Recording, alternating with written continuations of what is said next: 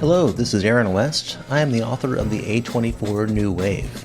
In this book, I look at A24's output and I make the argument that we are in a new wave movement right now. A24 plays a major role. This book has a supplemental podcast where each episode is a brief conversation about an A24 related topic, whether an actor, director, or even a genre. As I continue research for the book and conduct interviews, I expect to record podcast episodes with people involved with the company. You can find the podcast at cinejourneys.com or wherever you find podcasts, and we are proud to be members of the Someone's Favorite Productions podcast network.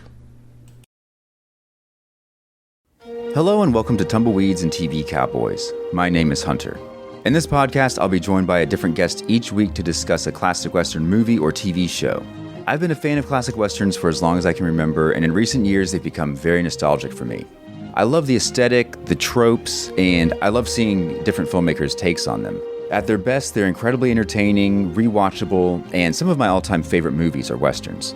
We'll mostly focus on Western movies made in Hollywood, but we'll also be covering spaghetti Westerns, and one thing I'm very excited to get into are Western TV shows. I've got some amazing guests coming on the show, film professors, historians, and podcasters. And Tumbleweeds and TV Cowboys is part of the Someone's Favorite Productions podcast network, and many guests on the show will be from other shows on the network. Thanks for listening. Hi, this is HP from Noise Junkies. And this is Father Malone from Dark Destinations. Please join us as we examine one of the greatest sitcoms in television history, Taxi, on Night Mr. Walters, a Taxi podcast. Good night, Mr. Walters.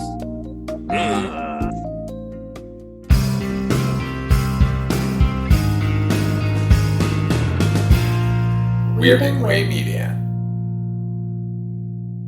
We deal in paint, pigment, light and shadow, realism, surrealism, impressionism, and ghost stories. An interest in the oddball, a predilection toward the bizarre.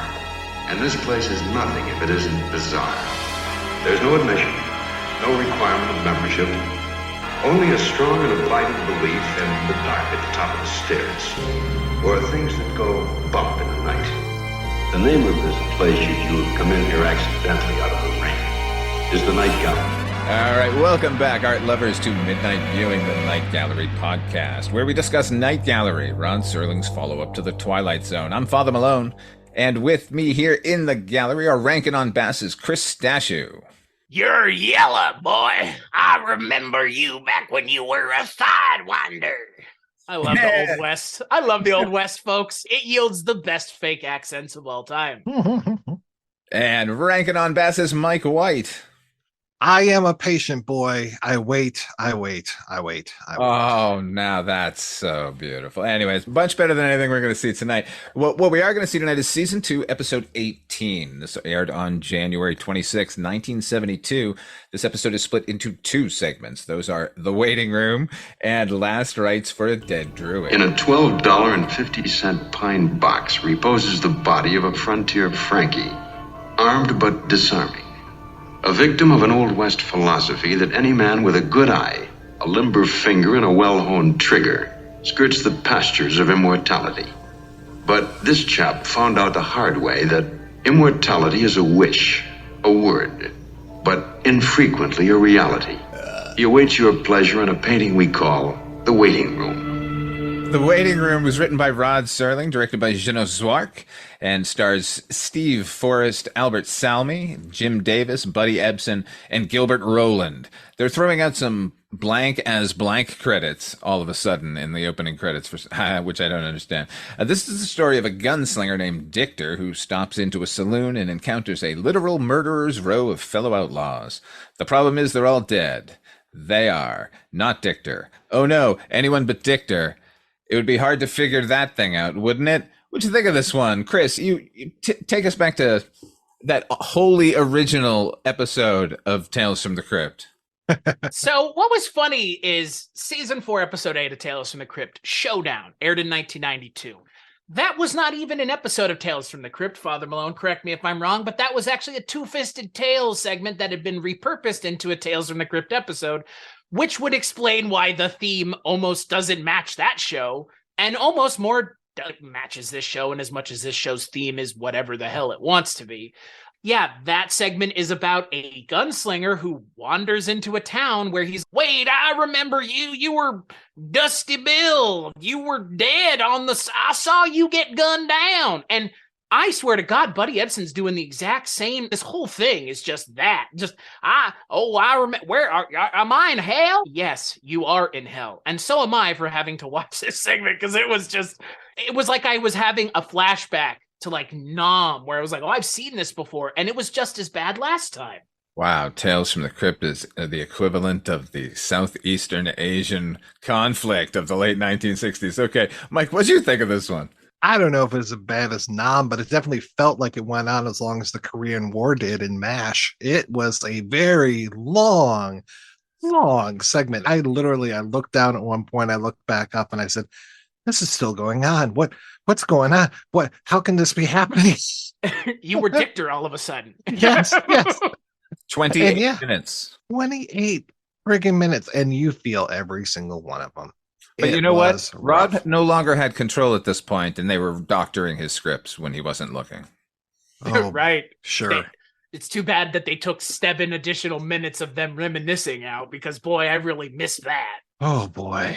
Good Lord. It's you know what it is? It's almost a Blackout sketch again. And even the Tales from the Crypt episode is the same way. If an old Western guy wanders into town and the town looks deserted and there's a bunch of guys around a table, I think everybody and their mother who has at least a inkling of an idea of the tropes here would understand what's going on here. Yeah, like most of Serling's Loop episodes, which we got a lot back in the Twilight Zone, but we certainly have had some here as well. Just recently, what is that clacking sound in the heavens? To be honest with you, the first 20 minutes or so of this segment, not 20, but like 10, I was actually totally intrigued. I'm a sucker for the supernatural. I'm a sucker for the Old West. Put them together. I'm on board. And the performances are solid uniformly. Yeah, Buddy Ebsen's fucking great. He's awesome. He's so good, he can't even salvage how bad this segment is. And it's shot beautifully. The problem is, as soon as the first gunfighter steps outside, all lingering doubt of what's going on here dissipates. And that's within 7 or so minutes of the episode beginning. And now we've got 21 to go.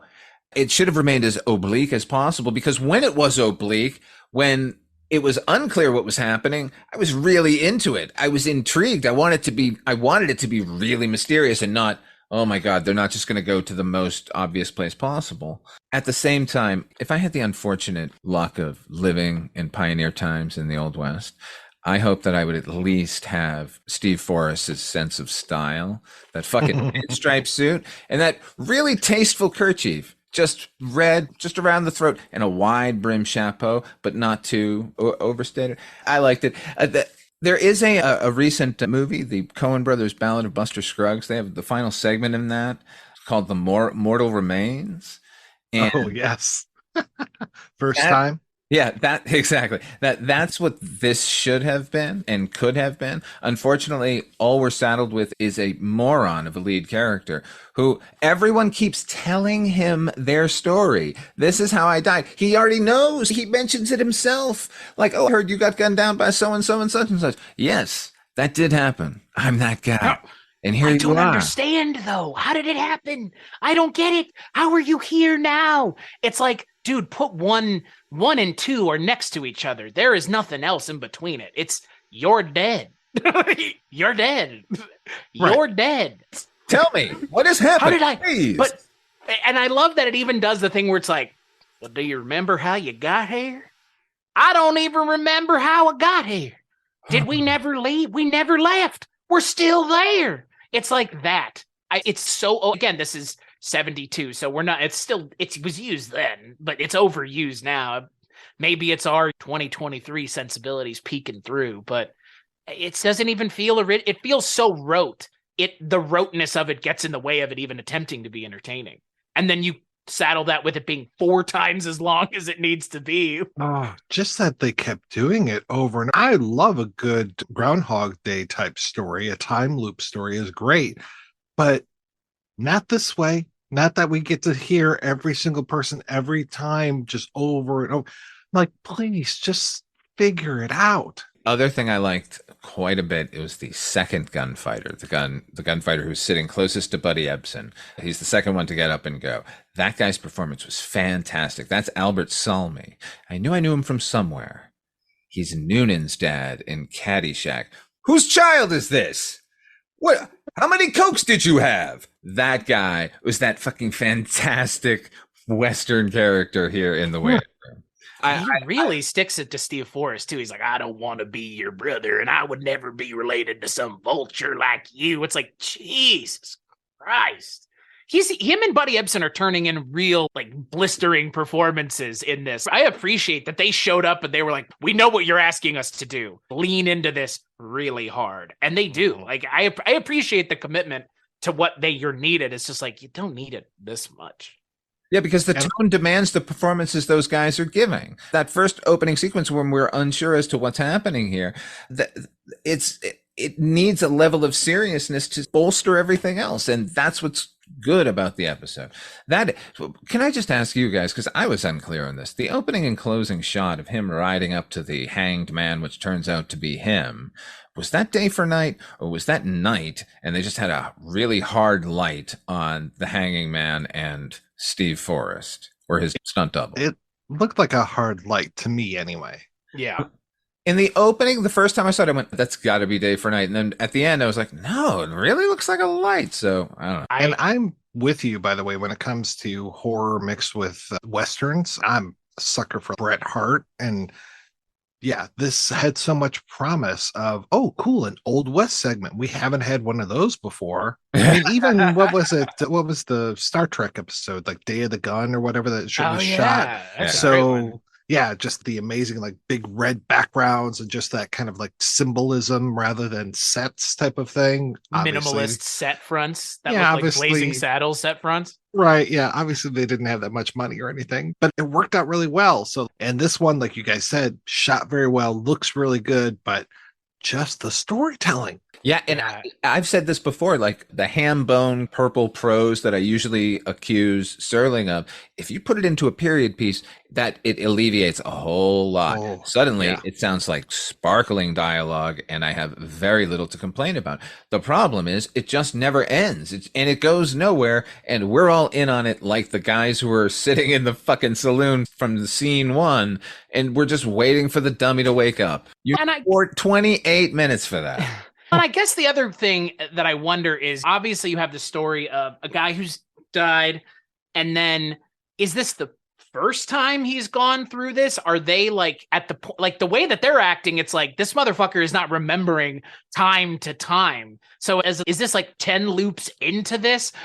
That would have been a more interesting conversation to go towards, as what does it mean to be here? Is there any way to leave, or are we doomed forever by our bad choices? No, it's like, this guy's dumb and doesn't know that he's dead. Duh. Like, but the audience picked up on it immediately. I don't see any way you as an audience member couldn't pick up on it in this episode. The show has done good twists in the past. I'm sure it will do good twists in the future that are not telegraphed, but this is telegraphed from shot one. We can't be smarter than the character on screen, because then we're just like, this guy's just an idiot. I do think that this is this character's first time, because he rides up and he looks at the hanged man and doesn't bother to figure out who he is. And then the next time he comes, he changes that. So I think this was his first time at the Afterlife Rodeo. Maybe, but Steve Forrest seems pretty dumb. Yeah, I don't know. I would think at least the Buddy Ebsen character would be like, this guy again. Yeah. That's what I'm saying. That's why they're so frustrated with him. It's like, this guy just keeps coming back, asking the same stupid goddamn questions, and we keep telling him the same shit over and over again, and he's just not listening. Fuck this guy. The Albert Salmi character 100% would have said, how many times do we have to tell you this, you idiot? That would have been what I would have written, because it would have been more interesting, as opposed to just, okay, like, he's here for the first time, but he doesn't realize it. Maybe it's okay. Maybe I understand why you don't realize it then. No, and it would let the character off the hook, maybe. Like, we know he's an idiot from the opening. We would then view this scenario through the ghosts who are already participating's eyes, and it's kind of a tragedy. That could have worked. They're much more interesting. To those amongst you with a predilection toward antique collection, or the occasional bargain hunting that takes place in out-of-the-way nooks and stalls, This painting suggests a certain required wariness when it comes to your shopping. Because there are moments when behind some dusty book or in a cobwebbed corner of an ancient vestibule, you'll uncover a little object d'art which can horrify the heck out of you. Such being the case in this painting, when a lady goes junking about and uncovers a mythological statue that has lived past its time and intrudes on hers. We call the painting The Last Rites for a Dead Druid. All right, Last Rites of a Dead Druid, written by Alvin T. Sapinsley, directed by Jeannot Szwarc, or should I say Jeannot Zoom. The segment is a Zoom fest. More on that in a minute. And also, you didn't see it at home, but Rod's introduction was very atmospheric. There's a lot of camera moves this episode. There's a lot of zooming in and out for bumpers. I dig where it's going. Anyway, Druid stars Bill Bixby. This is his first of 2 appearances on Night Gallery. Carol Lynley, the Night Stalker's own. And man, she's adorable. Is that reductive? God, yes. I don't care. And Donna Douglas as Mildred McVeigh. She gets the "and as" credit. That trend has continued into the next segment. It also stars Ned Glass. He's in 2 Kolchak episodes, Spanish Moss Murders and Horror in the Heights, which I did with you guys on the Kolchak tapes over there. Yeah? Nice. Almost a decade ago now. The first time I met you, Mr. Mike. But the unseen performer in this segment is Gerald Perry Finnerman. He was the cinematographer. I mentioned the zooms and the focus pulling here. He's doing muscular work, and it's delicate and elegant. The focus pulling, like I said, is out of hand. He was a lifelong TV camera guy with occasional forays into features, but there were some interesting TV shows he worked on, like Quark, the Richard Benjamin sci-fi comedy, nice. written by Buck Henry. He did that entire series. He did The Planet of the Apes entire TV series. He did one of my favorite TV movies, Devil Dog Hound of Hell. And 60 episodes of Star Trek. Speaking of Star Trek. But anyway, hey guys, do you remember when Stephen Moffat created the Weeping Angels on Doctor Who? Thank you. Those statues that move when you're not looking. Yeah. What a terrifying and wholly original creation. Anyway, this is the story. And they all look like Bill Bixby. Yeah. The story of a young lawyer whose wife gives him an ancient statue that may not have started out as stone. Chris, what'd you think of this one?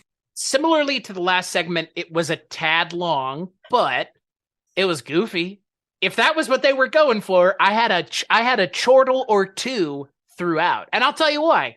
Because that statue doesn't look like Bill Bixby at all. No matter how hard they try to convince you, they could have had him rip his own face off and put it on there, and then I would have been like, yes, now it looks like Bill Bixby, only because Bill Bixby's actual face is on it. It doesn't look like him, so it makes every time they show its face really funny because it looks funny.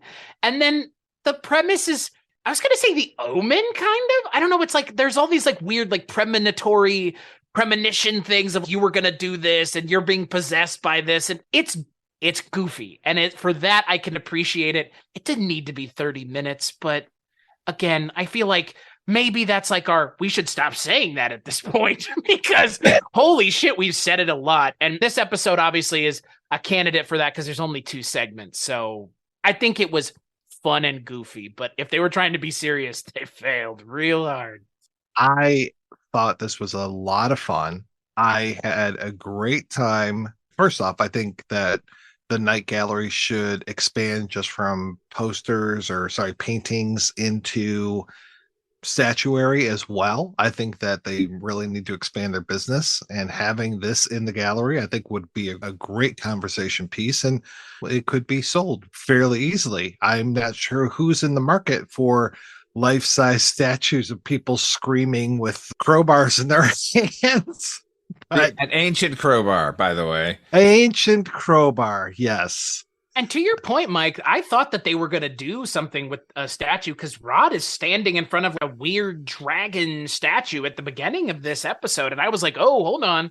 Are we like, there are things in the background in the Night Gallery that aren't paintings. They just never go up to them. And it's like, Why wasn't this that time? Of all times, you could have your Bill Bixby statue just standing there. I actually have an answer for that, which is the sculptures were all purchased all at once. Make us weird objects to pepper the background. And Tom Wright did all of the individual paintings for the episodes because even if they're going to have statues show up, it's still painting gallery. I agree wholeheartedly with you. They should have just had the goddamn statue sitting in the night gallery, and he goes, this thing.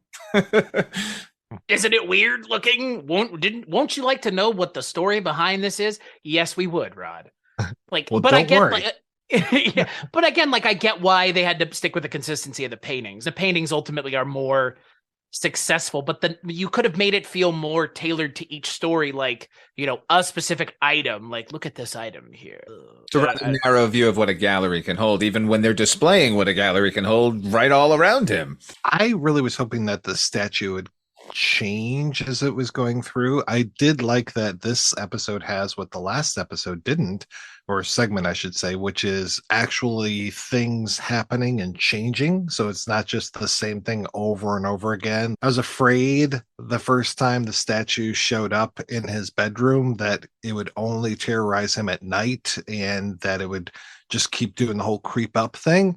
But I was really happy to see the way it progresses and the way that Bill Bixby is changing, and especially when he tries to sacrifice the cat was just so funny.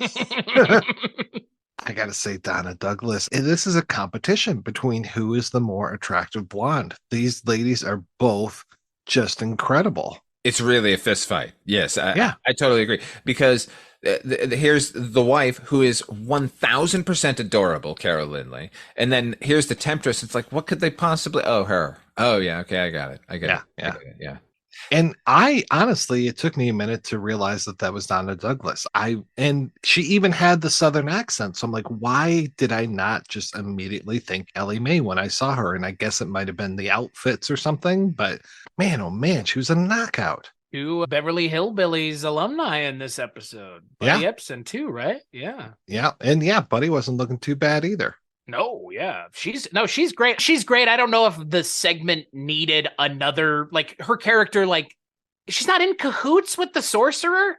She's just tempting him. So it feels like these things are happening at the same time. I wish they had maybe given us a little bit more of a through line as to maybe she has some sort of ulterior motive. Because again, that we've seen that before in this show as well, where they're like, oh, she just seems to be into Bill Bixby, which, you know what, with those turtlenecks and stuff, like, I get it. God, yes. He's a good looking guy, but that statue with that facial hair, on the other hand, he's looking like a real dork. We've got a triangle here, and it's a pretty good one. But to your point, Chris, what we needed is more of Mildred's character to get her point of view from what was going on here. Having said that, this is one of my favorites from this season. I had a blast watching this one. I thought Szwarc's direction is on point. I thought the story was good. Even if I knew where it was going, nobody could have predicted that moment, Mike, where Eddie's father holds a cat over a barbecue with the full intention of frying it alive. And I fully believed he was going to do it. Just the maid that comes up. I'm just putting in my notice. The poor maid that's just like aghast. She's have to leave now. This man's trying to cook his cat. That was so good. And just the ADR of all the cat sound effects. The poor cat's just like, what are you doing? And then the sound effects. As a callback to an earlier Night Gallery episode, Bill Bixby struck me this time round as a perfect analog of Roddy McDowall. Because when he's endearing, he's very endearing. And when he's smarmy, I just want to drown him. And he gets both here. And now, added layer here, the sort of fierce character, the fierce Bill Bixby we get here as the sorcerer was actually pretty great too. I mentioned all the zooms going on here. When Bill Bixby lays out the statue's origins, this is before he starts to get possessed. It starts on a close-up of the statue, which turns out to be a photograph, which tilts up to Carol Lynley, which turns out she's in a mirror. It then zooms back to include the entire room. It's slick and economical coverage. Jeannot Szwarc, ladies and gentlemen. I can't. Anyway, also during that scene, Bill Bixby's laying out the history, as I said, and he's being very erudite at it. And then when he gets to the word raping, he says raping. There's no G at the end, like a good old raping. He sure does. He says it twice, actually, which is in there. It was raping. Just a little odd to hear it so casual, you know.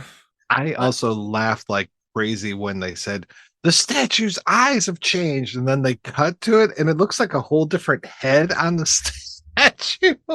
This Those orange. red eyes, though. Those Yes, red eyes. Orange head. I'm like, what did they do? Refurbish its head? Yeah. I actually love the shop owner who's just like, I've had this thing sitting around for years. Like, this He's is the great. freakiest fucking thing. I would get that thing out of my shop and take it away. You know, after a while, if it's sitting in your shop, he's like, I think it's time to just get rid of this nightmare of a piece of artwork because it looks like a human being stuck in concrete. Oh, wait. Oh, wait. He's only getting rid of it to make room for a dinette. So otherwise, he wanted to have it around some more, I guess. He takes it back at the end. He doesn't get that one back, and he's very mad. He wants it back. So that was. I could have had a set. Yeah. So Bill Bixby murders his wife then at the end? Like, after he turns, he just kills her and then is just becoming Anton LaVey of the 70s? Gets the girl. Yeah. Yeah. And she's down for it. Yeah. I kind of like that. Doesn't mind at all. Hey. That's a fun, bad ending. Like it's a bummer of an ending, right? I guess, if you perceive the Bill Bixby character as the hero of the piece, he gets frozen. But, you know, the bad guy wins in the end. Ain't nothing wrong with that. Oh, speaking of zooms, that second scene, the scene where Mildred gets confronted by him, the she doesn't mind at all thing. Talk about the first of all, there's subtle like hints with lighting, and then they got that circular fucking barbecue that explodes into flame. Yeah. But the scene where, like I said, there is this very subtle lighting shift on Bill Bixby, and then he's possessed. So it's mostly Bill Bixby's performance that sells it. But that whole scene was fantastic. I'm just going to keep praising this segment. I That's a won't good disagree Jeannot with Szwarc you. one. Yeah. Yeah, it's mostly Szwarc, his work here, but the performances are just as on point, as is the script by Alvin Sapinsley, who is our only hope these days. These are originals, too. These aren't based. I mean, that's the other thing. A lot of these are like, you go and look and it's based on a short story by X, Y, and Z. And these last two segments have both been a Serling original and a Sapinsley original. And Serling is what he is, but this is way better. Way better. Yeah. Yeah. This one, I think if I had seen this when I was a kid, it would really stick with me. I could see, oh, don't you remember that episode with Bill Bixby where he turns into a statue? Because at the end, when he's going to beat it with his own crowbar, I thought that was very effective. And remember, we had an episode with James Ferrantino earlier in this season. It's basically the same story as this one. So they can keep telling the same stories over and over again as long as they're eventually going to get it right, because they got it right here. And this was better than that segment, too. That one that you're referencing. I feel. Way better. That's what I'm saying. 1,000 Yeah. times better. But it's the same idea. It's the same plot, effectively, but reworked and shot well and written well and performed well. And here we go. And it was also smart to switch the main character as opposed to the secondary character. Because in that one, wasn't it his wife is the one that's swapping? Right. And This gives it like hero who has to prevent it. Yeah, this gives it like a lot more stakes, and also like it just gives it a lot more weight that he's the one and he's doing it, but the story is being presented effectively by his point of view. It just gives it some more weight because I'm with that character the whole time. And that one, it was like, it's his wife and he has to prevent it. And again, we're in as invested as he is, but here it's okay. He's the one who's in trouble. And yeah, he swings at the statue and because he throws the exact same way. Isn't that convenient? With his own crowbar. It was fun. It was fun. And that's all it needed to be. And I'm with you, Mike. If I had seen this as a kid, I would be like, that's some freaky shit. Because the statue sticks with you. It is such a choice. The last one does look like Bixby, though. Oh, yeah. Yeah. And I love that when he becomes the monk, that he then gets like the little fake beard. Oh, my God. It's so wonderful. Yes. Seeing Bixby, any attempt at sinister is welcome. Very welcome. Oh, yeah. And when his eyes change, I'm just like, oh, don't make him angry. Here we go. Yeah. Check the end credits. Is Lou Ferrigno in here? All right. Well, we're going to play a preview of the next episode, and we'll be right back to wrap things up. Number 1 entry. A painting that suggests a story replete with gaslight, hansom cabs, and cadavers. An all-star cast of corpses appearing in what we call deliveries in the rear. Delivered to you now on Night Gallery. Painting number 2 in the Night Gallery, addressing itself to the strains and stresses of the married. having to do with the fact that there is more than one way to kill a cat, and more than one way to dispose of a wife. Our painting is called Stop Killing Me. Here we have a cameo dandy. Problem, how to flee the coop. How to make tracks away from the police and unhappy peers. Ship out to safer climes. The story of a chap who, if he'd had it to do over again, would have remained where he was. He finds out that he is precisely what is the title of the picture. Dead Weight. That's right. On the next Midnight Viewing, we'll be taking a look at Season 2, Episode 19. That's broken into 3 segments: Deliveries in the Rear, Stop Killing Me, and Dead Weight. Until next time, what are you working on and where can people find it, Chris Stashu? WeirdingWayMedia.com is where everything I'm working on can be found, including but not limited to the Culture Cast, Rankin' on Bass, Life and Times of Captain Barney Miller, Dreams for Sale, Dreams for Sale is it can be stale, just like this. And that's still going, nearing the end as well. So and then there's all the other things we've done that are completed that you can listen to in their entirety, which you should do, and you can find all of it at WeirdingWayMedia.com. How about you, Mike White? What are you doing? What am I doing? I just do a show every week called The Projection Booth, and you can find that over at WeirdingWayMedia.com. I guess I also work on The Shabby Detective, also those Stale Dreams, and a few other things, all available at the same place Chris was just talking about. And if you want to see some of my ridiculous video output, go over to fathermalone.com. Thank you all for joining us here at Midnight Viewing. The gallery is now closed.